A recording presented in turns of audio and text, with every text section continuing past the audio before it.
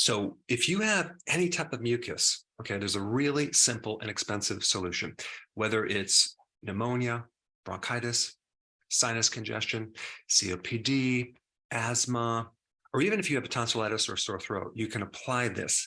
And it's basically using salt, certain types of salt therapy, especially for your immune system.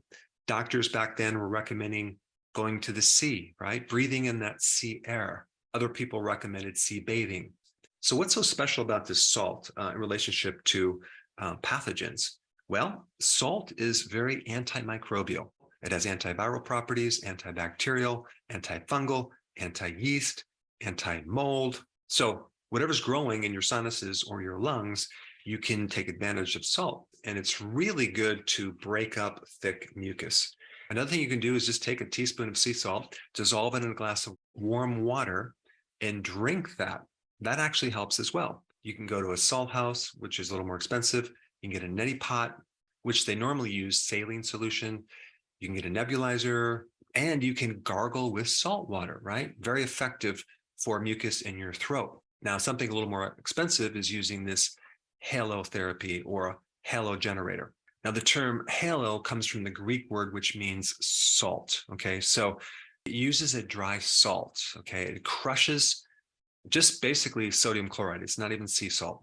Because apparently when you use sea salt with this machine, it can give impurities and kind of get stuck in your lungs. So you just want to use pure, like 99.99% pure sodium chloride.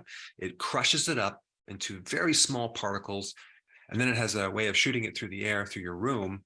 So as you're sleeping at night, you're breathing in these very tiny salt particles, which have super absorbing properties. It can actually go right into your skin.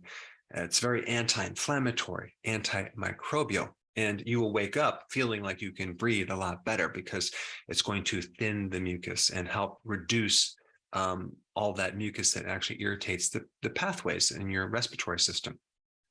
Now, realize that most of these respiratory infections are viral related, so you cannot use an antibiotic. It's not going to work. So anything viral, you definitely just want to give it a course of time, 3 to 7 days, or even up to 10 days, and nurture your immune system.